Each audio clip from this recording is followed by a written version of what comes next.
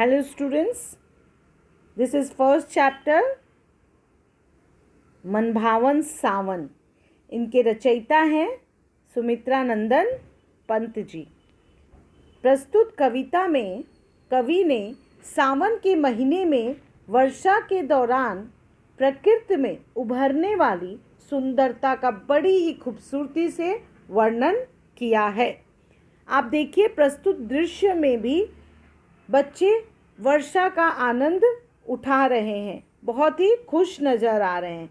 ये प्रकृति का बहुत ही सुंदर दृश्य है।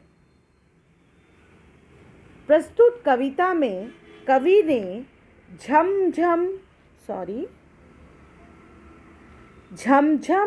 छम छम, टप टप, झन झन, पीयू पीयू जैसे ध्वनि सूचक शब्दों का प्रयोग करके काव्य के सौंदर्य को बढ़ाया है।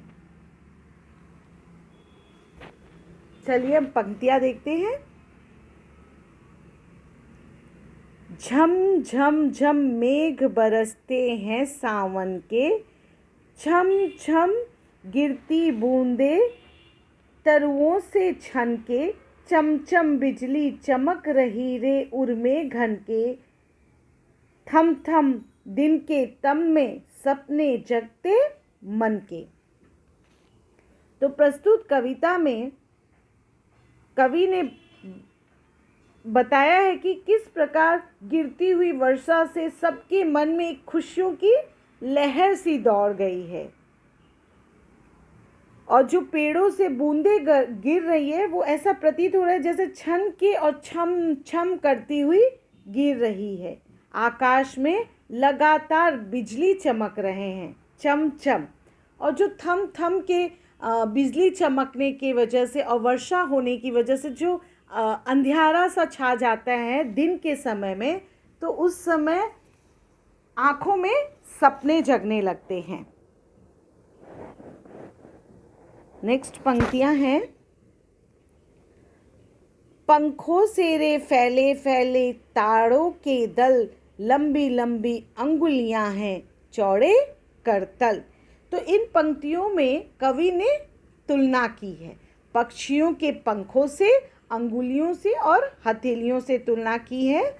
पंखों जैसे ये जो ताड़ के पेड़ दिखाई दे रहे हैं वो बारिश में हवा की वजह से जब ज़ोर ज़ोर से हिलते हैं तो ऐसा लगता है कि पक्षी पंख फैलाए हुए हैं, और इनके जो पेड़ ऐसे प्रतीत होते हैं जो हथेलियां हैं और पत्तियां जो हैं वो लंबी लंबी पतली पतली अंगुलियों जैसे प्रतीत होते हैं।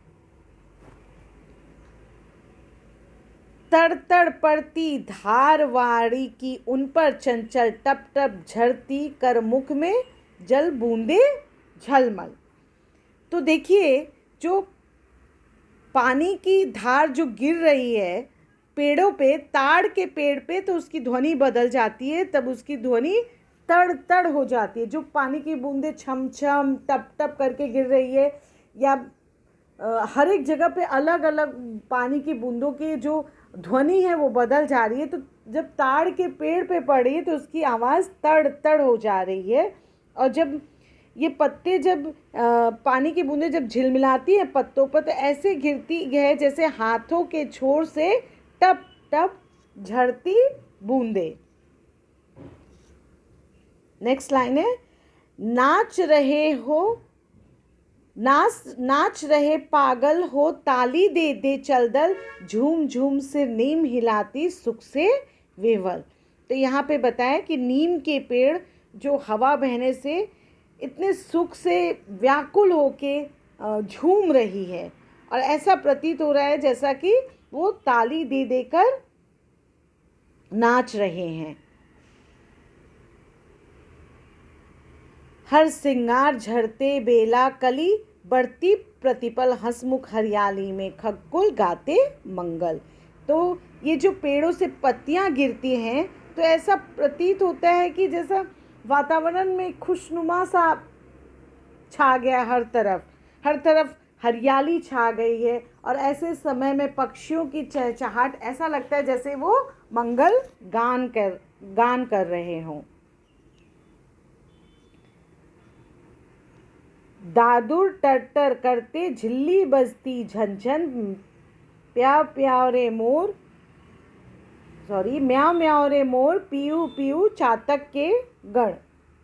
तो वर्षा ऋतु में हमने अक्सर मेढक को टर टर करते हुए सुना है। तो इस तरह वातावरण में टर टर की आवाज़ आने लगती है। वहीं जो झिंगुर होता है वो झन झन करके वातावरण को और भी गुंजायमान कर देता है। मोर का म्याव म्याव और तो कहीं चातक के पीऊ पीऊ की ध्वनि सुनाई पड़ती है। उड़ते सोन वलक आर्द्र मुख सुख से कर क्रंदन, घुमर घुमर घिर मेघ गगन में भरते गर्जन। तो इस तरह जिस प्रकार सभी पक्षी या जो भी मेढक अपनी ध्वनि निकाल रहे हैं, उस समय जो ये सुनहरे बगुले होते हैं वो भी प्रसन्न होकर उनकी भी आवाज़ें सुनाई देने लगती हैं, उनकी भी प्रसन्नता भरी आवाज़ें सुनाई देती हैं और आकाश में बादल भी घुमर घुमर कर गरजने लगते हैं। रिमझिम क्या कुछ कहते बूंदों के स्वर, रोम सिहर उठते छूते वे भीतर अंतर, धाराओं पर धाराएं झरती धरती पर, रज के कण कण में तृण तृण को पुलकावली भर। प्रस्तुत पंक्तियों में कवि ने कहा है कि चारों तरफ खुशियों की लहर दौड़ जाती है और वर्षा के जल में इस प्रकार मतलब सब इतने खुश हो जाते हैं कि वो रोम रोम को छूने लगते हैं, मन की किसी अंतर तक प्रसन्नता भर जाती है और धाराएं पे धाराएं गिरने लगती हैं।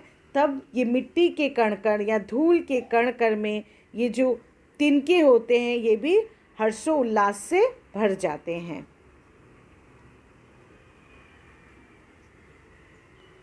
पकड़वारी की धार झूलता है मेरा मन, आओ रे सब मुझे घेर कर गाओ सावन, इंद्र धनुष के झूले में झूले मिल सब जन, फिर आए जीवन में सावन मन भावन।